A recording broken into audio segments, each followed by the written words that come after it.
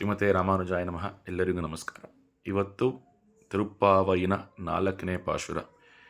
ಈ ಪಾಶುರದಲ್ಲಿ ಆಂಡಾಳ್ ತಾಯಾರ್ ನಿನ್ನೆ ಏನು ಹೇಳಿದ್ರು, ಯಾತಕ್ಕೋಸ್ಕರ ನಾವು ಈ ನೋಂಬನ್ನು ಮಾಡಬೇಕು ಅಂತ ಹೇಳ್ತಾ ಇದ್ರಲ್ಲ, ನಾರಾಯಣನೇ ನಮಕ್ಕೆ ಬಲೈದರುವಾನ್ ಅಂತೇಳಿ ನಿನ್ನೆ ಹೇಳಿದರು.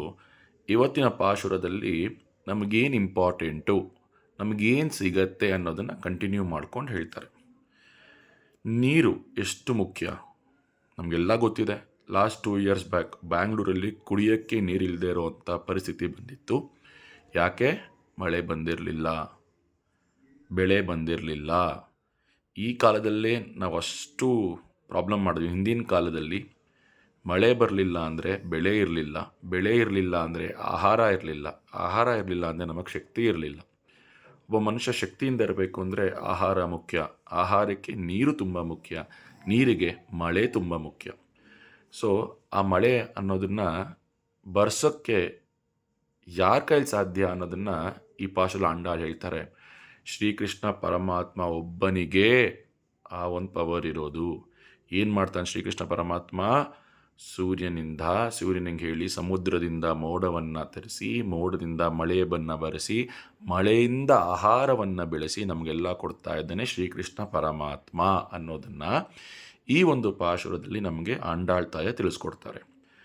ಇದರಲ್ಲಿ ನಾವು 2 ಕಥೆಗಳನ್ನ ಜ್ಞಾಪಿಸ್ಕೊಬೋದು ಕೃಷ್ಣಂದು. ಒಂದು ಗೋವರ್ಧನಗಿರಿ. ಇಂದ್ರ ಕೋಪಿಸ್ಕೊಂಡು ಅಷ್ಟು ಮಳೆ ಸುರಿಸಿದಾಗ ಗೋವರ್ಧನಗಿರಿಯನ್ನು ಎತ್ತಿ ಇದನ್ನೆಲ್ಲ ಜನರನ್ನು ಎಲ್ಲರನ್ನೂ ಕಾಪಾಡೋದು ಶ್ರೀಕೃಷ್ಣ ಪರಮಾತ್ಮ. ಕೊನೆಗೆ ಯಾರು ಸೋತಿದ್ದು?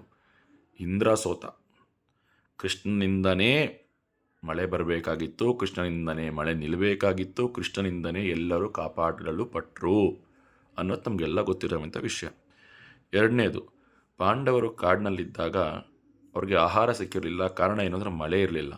ಅವರು ಪ್ರಾರ್ಥಿಸಿದ್ದು ಶ್ರೀಕೃಷ್ಣನಿಗೆ, ಕೂಡಲೇ ಮಳೆ ಬಂದು ಅವ್ರು ಬೇಕಾಗಿದ್ದಂಥ ಆಹಾರಗಳನ್ನ ಅವ್ರು ಬೆಳ್ಕೊಂಡು ಅದನ್ನು ಅವರ ಆಹಾರವಾಗಿ ಸ್ವೀಕರಿಸಿದ್ರು ಅಂತ ಕೂಡ ಒಂದು ಕಥೆಯಲ್ಲಿದೆ. ಇದಕ್ಕೆಲ್ಲ ಅಧಿಪತಿ ಶ್ರೀಕೃಷ್ಣ ಪರಮಾತ್ಮ ಅನ್ನೋದನ್ನು ಆಂಡಾಳ್ ತಾಯಾರ್ ತುಂಬ ನೀಟಾಗಿ ಈ 4ನೇ ಪಾಶುರದಲ್ಲಿ ನಮ್ಗೆ ಹೇಳಿದ್ದಾರೆ. ಸರ್ವೇ ಜನಾಃ ಸುಖಿನೋ ಭವಂತು, ಸಮಸ್ತ ಸನ್ಮಂಗಳಾನಿ ಭವಂತು. ನಮಸ್ಕಾರ. ಶ್ರೀಮತೆ ರಾಮಾನುಜಾಯ ನಮಃ.